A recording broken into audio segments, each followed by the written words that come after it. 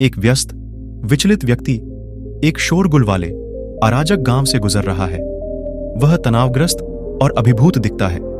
रवि रोजमर्रा की जिंदगी की उथल पुथल से परेशान व्यक्ति था। चाहे उसने कितनी भी कोशिश की, उसे शांति या स्पष्टता नहीं मिली। रवि ने बुद्ध नाम के एक बुद्धिमान व्यक्ति के बारे में सुना, जो एक शांत जंगल में ध्यान कर रहे थे। वह बुद्ध की मदद लेने का फैसला करता है। जवाब के लिए बेताब, रवि ने गौतम बुद्ध का ज्ञान प्राप्त करने का फैसला किया, जो अपनी गहन शिक्षाओं और शांत उपस्थिति के लिए जाने जाते थे।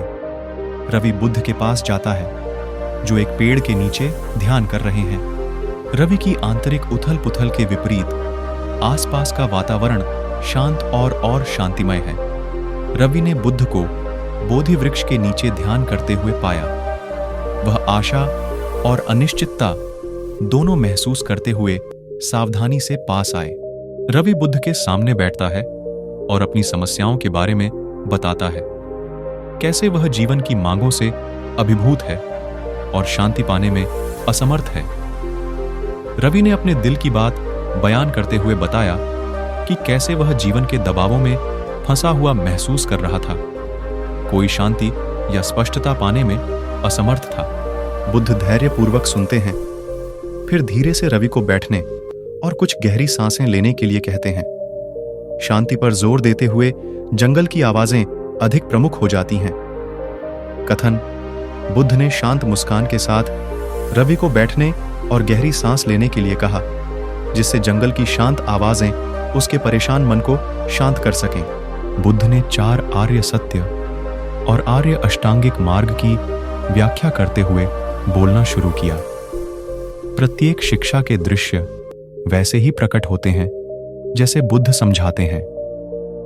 बुद्ध ने 4 आर्य सत्यों की बात की: दुख का सत्य, उसका कारण, उसका अंत और उसके अंत का मार्ग।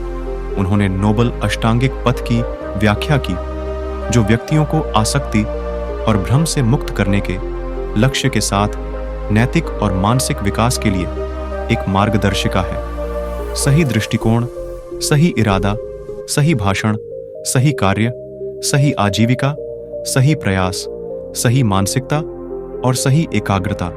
रवि की अभिव्यक्ति भ्रम से समझ में बदल जाती है। उसे शांति और स्पष्टता का एहसास होता है। जैसे ही रवि ने सुना, उसके मन में शांति का भाव आ गया। उसने अपनी समस्याओं को एक नई रोशनी में देखना शुरू कर दिया। उसे एहसास हुआ कि उसकी शांति उसके अपने कार्यों और विचारों में निहित है। रवि गांव लौटता है, इस बार सचेतनता का अभ्यास करता है और शिक्षाओं का पालन करता है। रवि का नजरिया बदलने से गांव कम अराजक लगता है। अपने जीवन में लौटते हुए रवि ने बुद्ध की शिक्षाओं को लागू किया। उन्होंने सचेतनता का अभ्यास किया, दयालुता से बात की और इरादे से काम किया। धीरे धीरे जैसे जैसे उनकी आंतरिक शांति बढ़ती गई, उनके चारों ओर अराजकता कम होती गई। रवि उसी स्थान पर शांति से बैठा है जहां उसे बुद्ध मिले थे, और अब वह अपना नया ज्ञान दूसरों के साथ साझा कर रहा है। रवि की यात्रा ने उन्हें सिखाया कि शांति उनके आसपास की दुनिया को बदलने से नहीं आती है, बल्कि उनके देखने और उसके साथ बातचीत करने के तरीके को बदलने से आती है। और इस प्रकार वह भी दूसरों के लिए शांति और ज्ञान का स्रोत बन गए।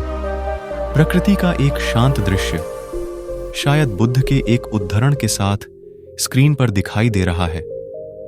बुद्ध के शब्दों में शांति भीतर से आती है, इसे बाहर मत खोजो।